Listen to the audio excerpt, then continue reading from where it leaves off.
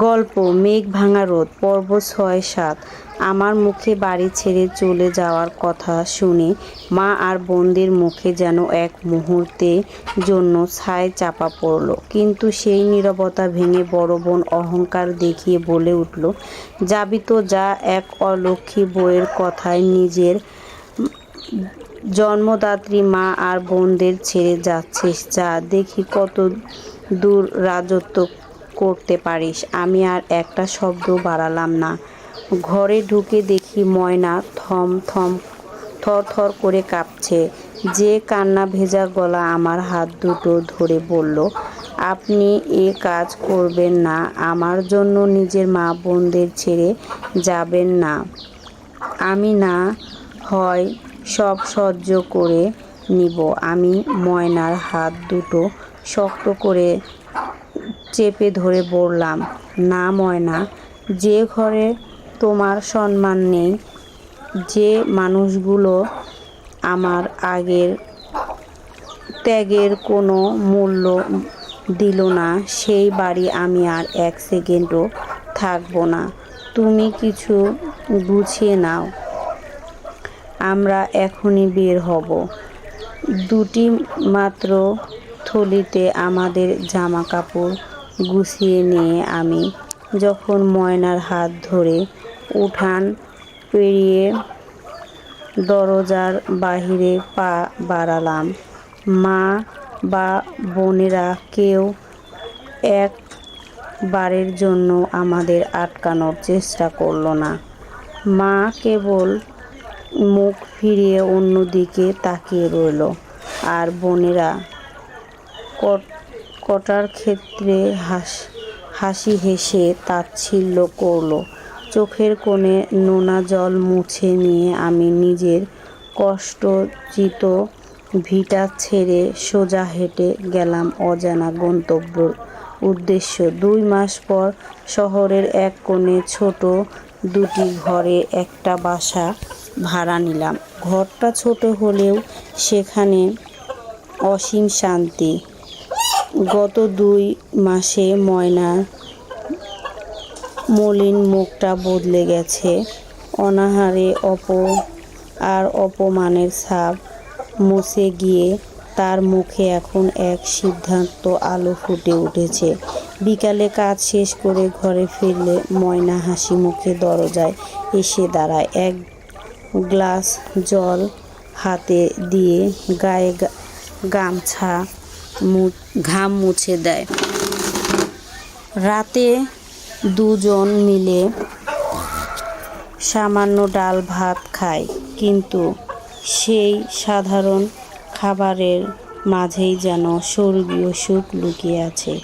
ময়না এখন নিজের মতো করে সংসার সাজিয়ে, আর আমার বুকের ভেতরে জমে থাকা ১ বছরের ক্লান্তিগুলো এখন শুধুই প্রশান্তিত রূপ নিয়েছে। কিন্তু অন্যদিকে আমার ফেলে আসা সেই পুরনো ভিটার চিত্রটা আজ সম্পূর্ণ বদলে গেছে। কয়দিন আগে খবর পেলাম, আমরা চলে আসার পর কিছুদিন মা আর বোনেরা বেশ জাঁকজমক করে দিন কাটাচ্ছিল।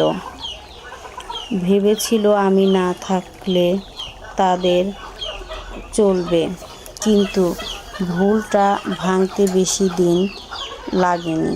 আমার ছোট ভাই, যাকে আমি নিজের সন্তানের মতো ভালোবেসে পড়াশোনা করিয়েছিলাম, সে পড়াশোনা ছেড়ে দিয়েছে। একটা দোকানে সামান্য কাজ নিয়ে সে এখন সংসার চালাচ্ছে। একদিন ছোট ভাই আর তার বউ মা বোনদের সাপ জানিয়ে দিয়েছে, আমি এখন থেকে বউকে নিয়ে আলাদা খাবো। বোনদের সংসার তো তাদের শ্বশুর শাশুড়ি, তারা মাসের পর মাস এই বাড়িতে এসে পড়ে থাকবে, আর আমি তাদের বসে বসে খাওয়াবো, তা হবে না। মাকেও যা দেখার ইচ্ছা দেখে যাও, আমি নিজেরটা ছাড়া আর কারো দায়িত্ব নিতে পারবো না। ছোট ভাইয়ের এই চরম রূপ দেখে বোনদের মাথা যেন আকাশ ভেঙে পড়ছিল। একদিকে আমার বোনেরা জামাইরাও এখন আর তাদের সহ্য করতে পারছে না। মাসের পর মাস শ্বশুর বাড়িতে পড়ে থাকা আর স্বামীর বাড়ি থেকে টাকা পয়সা নিয়ে জোর খাটাতে গিয়ে তাদের নিজেদেরই সংসারে রোজ অশান্তি লেগে আছে। জামাইরা পরিষ্কার জানিয়ে দিয়েছে, যে ভাই এতকাল সংসারে টেনেছে তাকে যে বোনেরা ঘাড় ধাক্কা দিয়ে বের করেছে, সেই অসৎ আর হিংসুটি বউদের আর মাথায় তুলে রাখা যাবে না। যে মা একদিন নিজের বড় ছেলের রক্তের জল করা টাকাকে কোনো মূল্য না দিয়ে বোনদের উস্কানিতে সায় দিয়েছে, সেই মা আজ বড্ড একা। ছোট ছেলে আর ছোট বউ তাকে দেখতে পারে না। আর দুই বোন নিজেদের ভাঙা সংসার বাঁচাতে ব্যস্ত। আজ এক পরিচিত লোকের মুখে সব শুনে ব্যালকনিতে এসে দাঁড়ালাম। বিকেলের নরম রোদটা এসে আমার গায়ে আর ময়নার গা পড়ছে। ময়না এসে আমার পাশে দাঁড়াতেই আমি তার হাতটা আলতো করে ছুঁলাম। সত্যি আকাশ থেকে নেমে মেঘ কেটে গিয়ে আজ আমার জীবনে আকাশকে সত্যি মেঘ ভাঙা রোদ হেসে উঠেছে। আর যারা অন্যকে গৃহহীন করে নিজের রাজত্ব করতে চেয়েছিল নিয়তির দরবারে, তারাই নিঃস্ব, একা আর দিশাহারা। মায়ের এই করুণ অবস্থার কথা শুনে বুকটা হু হু করে উঠল। যত যাই হোক, তিনি তো আমার জন্মদাত্রী মা। মায়ের এমন নিঃসুপ আর একা হয়ে যাওয়ার খবর শুনে সন্তানের মন স্থির থাকে কিভাবে? কাজ শেষ করে সোজা বাজারে গেলাম। মায়ের পছন্দের কিছু আপেল, কমলা আর টুকটাক ফলমূল কিনে সোজা রওনা হলাম সেই পুরনো ভিটের উদ্দেশ্যে, যেখান থেকে 2 মাস আগে অপমানিত হয়ে এক কাপড়ে বের হয়ে এসেছিলাম। দরজায় গিয়ে যখন দাঁড়ালাম, থমকে গেলাম কয়েক সেকেন্ডের জন্য। যে বাড়িতে এক সময় বোনেদের চড়া গলা আর মায়ের শাসনের দাপট ছিল, সেখানে আজ এক সরসন নীরবতা। পা টিপে টিপে বারান্দায় ঢুকতেই চোখে পড়ল মায়ের জীর্ণ চেহারাটা। মাত্র 2 মাসে মা যেন বহু বছরের বুড়ি গেছে। চেহারা শুকিয়ে একবার অস্থির, চোখের কোণে গর্ত পড়ে গেছে। ছোট ভাই আর তার বউ নাকি এখন মাকে ঠিক মতো একবেলা খেতেও দেয় না। আর বোনেরা নিজের ভাঙা সংসারের সামলাতে পালিয়ে বেঁচেছে। হাতে ফলের থলেটা নিয়ে সামনে গিয়ে দাঁড়ালাম। মৃদু কণ্ঠে ডাকলাম, মা। আমার গলার আওয়াজ পেয়ে মা ধকফর করে চোখের তুলে তাকালো। আমাকে সামনে দাঁড়িয়ে থাকতে দেখে চোখের পলকে মায়ের চোখ দুটো জল ভেসে গেল। কোনো কথা না বলে মা বিছানা ছেড়ে উঠে এসে জড়িয়ে ধরল আমাকে। হাউমাউ করে কেঁদে উঠল। মায়ের সেই আকুল কাকুতি, শাহেদ রে, তুই এসেছিস বাবা। আমাকে মা বলে ডাকার লোক যে আর কেউ রইল না রে। তুই আমাকে ক্ষমা করে দে বাবা।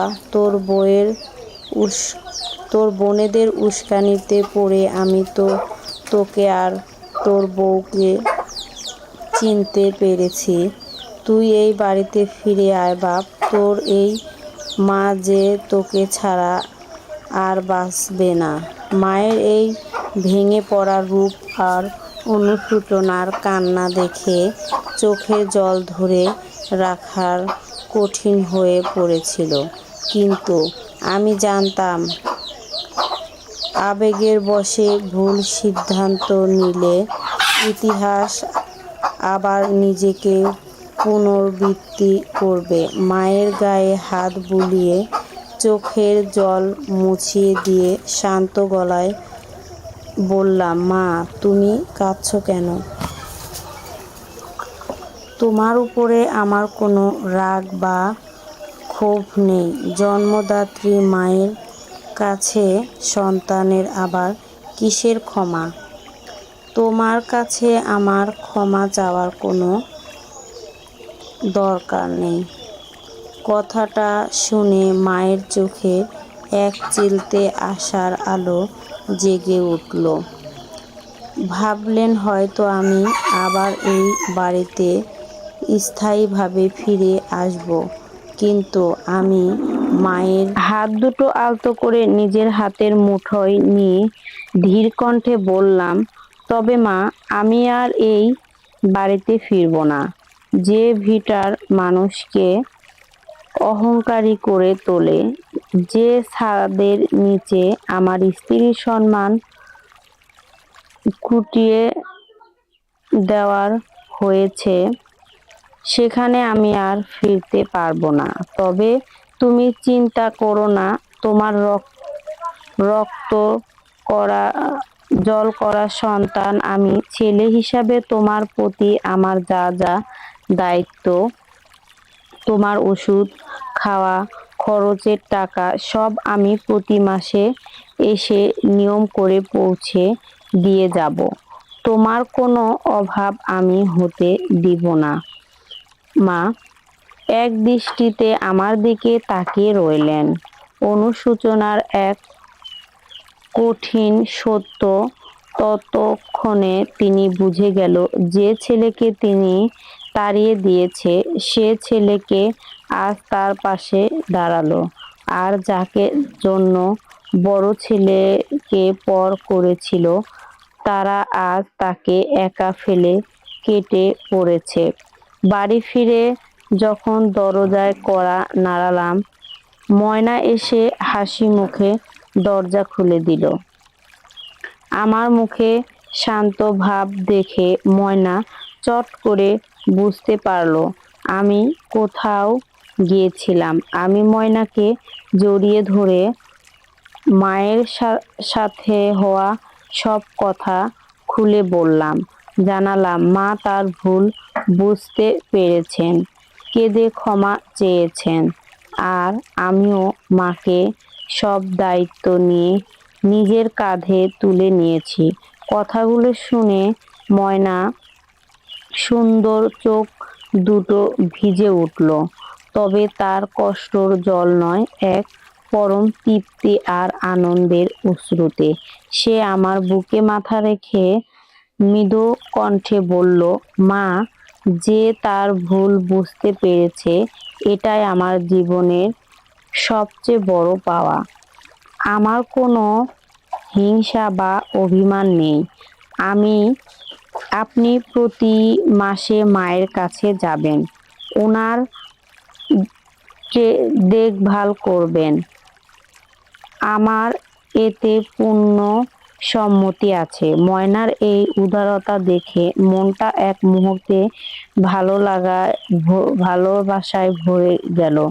জীবনের এতগুলো ঝড়-ঝাপটা পেরিয়ে আজ যেন সত্যি আমাদের আকাশে মেঘ সব কেটে গেছে। পূর্বের জানালার দিকে বিকেলের নরম রোদ এসে পড়ল। আমাদের ছোট ঘরটায় সেই সিদ্ধার্থ রোদে দাঁড়িয়ে মনে হলো সত্যই ধৈর্য আর ভালোবাসার জয় শেষ পর্যন্তই হয়। অন্ধকার পেরিয়ে আমাদের জীবনে এখন শুধুই একরাশ মেঘ ভাঙা রোদ। সমাপ্ত। সম্পূর্ণ গল্পটি কেমন লাগলো আশা করি আজকেই জানিয়ে যাবেন। এতক্ষণ ধৈর্য ধরে গল্পটা শোনার জন্য অসংখ্য ধন্যবাদ। ভুল ত্রুটি ক্ষমার দৃষ্টিতে দেখবেন। অবশ্যই একটা লাইক কমেন্ট করবেন। আল্লাহ হাফেজ।